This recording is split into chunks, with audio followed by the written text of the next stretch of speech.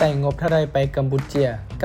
จะเลื่อนกว่าลาวแท้บ่มาเบิ่งนำกันอยู่ในคลิปนี้มื้อที่2เฮาตื่นแต่เช้ามากินข้าวอยู่ห้องอาหารของโรงแรมอาหารก็จะเป็นอาหารแบบอินเตอร์มีหลายอย่างแต่ว่าเฮากินได้แต่สำนี้เพราะว่าหากระตื่นทางหลังของโรงแรมก็จะมีสระลอยน้ำย่างต่อไปอีกหน่อยนึงก็เป็นทะเลแต่ว่าทะเลบ่นี้ลมแห้งขึ้นก็สู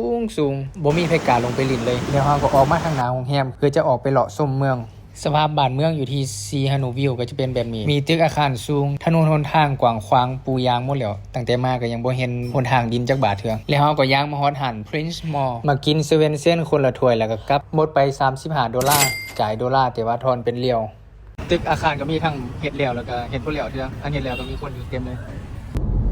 หลังจากนั้นก็พากันไปไหว้พระขอพรอยู่ที่วัดกลมขอบอกทุกคนก่อนว่าอยู่วัดนี้มีเด็กขอเงินอยู่นี่ให้คน2คนละ 4-5,000 เหรียญหรือ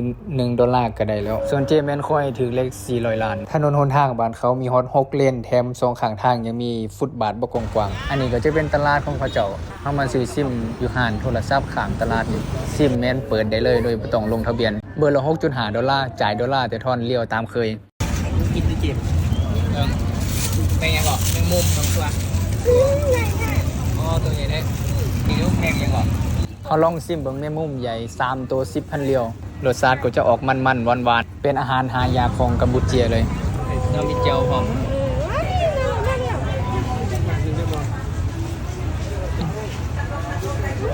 ส้มอ่ะเค็มเจ้าหลายพวกมีคนบอกว่าถ้าอยากรู้ว่าเศรษฐกิจอยู่เมืองนี้ดีหรือบ่ดีต้องมาเบิ่งอยู่ตลาดคนหลายคือขึ้นก็แสดงว่าเศรษฐกิจดีมักใหม่มักตอก็ขายคือกับอยู่บ้านเฮามักก้อนเนี่ยอันนี้มันยังปูหน้าวะมันข้าวเจียวนี่ปูหน้ากับเจียวไม่ได้กินบอลดอกอันนี้ก็มะกอกน้ำโคตรใหญ่เลยใหญ่สมะม่วงน้ำตาลใส่ไปบวงใหญ่นึงอันนี้ก็ไข่ห่านลูกใหญ่เหมือนลูกใหญ่10,000เหรียญอันนี้มันเป็นแนวนี้ข้าวอันนั้นข้าวห่าน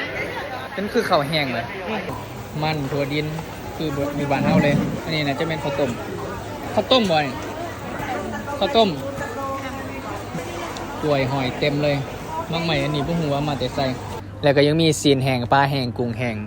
ปลาปิงซุกกับมีพร้อมไข่นี่ก็เป็นตลาดใหญ่ตลาดนึงคนก็หลายบรรยากาศคึกคืนแล้วเฮาก็เอาดอลลาร์มาเปลี่ยนเอาเหรียญเพราะว่าจ่ายดอลลาร์บ่ค่อยสะดวกปานใดสุดท้ายเขาเจ้าก็ทอนเป็นเหรียญคือเก่านี่ก็คือเรทเงินมื้อนี้ที่เจมพามาเบิ่งตลาดก็ย้อนอยากให้ฮู้อยากให้เห็นถึงวิถีชีวิตการกินอยู่ของคนที่นี่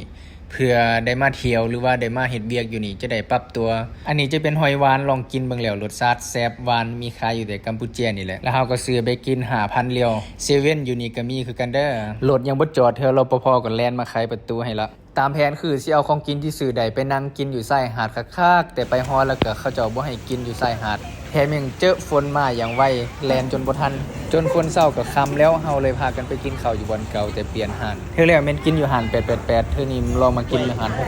666อาหารบ่มาเทื่อแต่ว่าอันอยู่ตู้ทางหลังหั่นหล่อตาหล่อใจสุดหมอเปียกจำมาเบิ่งดูเคยเบิ่งแต่หนังอังกอร์อันใดบ่เคยเบิ่งหนังอังกอร์แล้วเราก็จัดไปเบียร์อังกอร์เบียร์ของคนกัมพูเชีย1 2 3ตามแบบจีนถูกข้าวอ่ะแซ่บกว่าเบียร์จีนยกเบียร์ไปอาหารก็เริ่มทยอยมาทุกคนเคยเห็นบ่เขาอันนี้มันแม่นเขายังเม็ดคือยาวแท้บริการนวดถึงที่เท่าไหร่$10ใช่จริงใจมากเลยกินข้าวแล้วเราก็พากันไปชมวิวกลางคืนตอนกลางคืนก็บ่ได้เงียบเงาถือว่าคึกคืนถนนหนทางตึกอาคารไฟแสงสีถือว่าจัดเต็มห้านบันเทิง KTV คาสิโนแม่นมีไปทัวร์เลยไปใส่ก็เห็นแล้วเราก็บ่พลาดที่จะมาลอง KTV อยู่ที่นี่ฟิลจริงซานเจียวเลยคือกันเลยว้าว